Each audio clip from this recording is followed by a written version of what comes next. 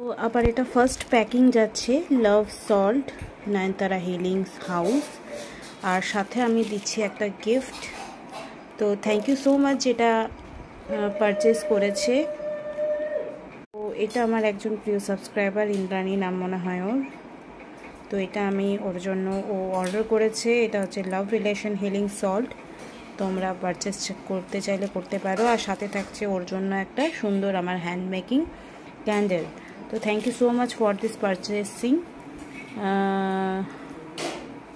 যদি তোমরা কেউ নিতে চাইছো হিলিং ক্যান্ডেলস অ্যান্ড সল্ট, তাহলে আমার সাথে অবশ্যই কন্ট্যাক্ট করো। Thank you so much.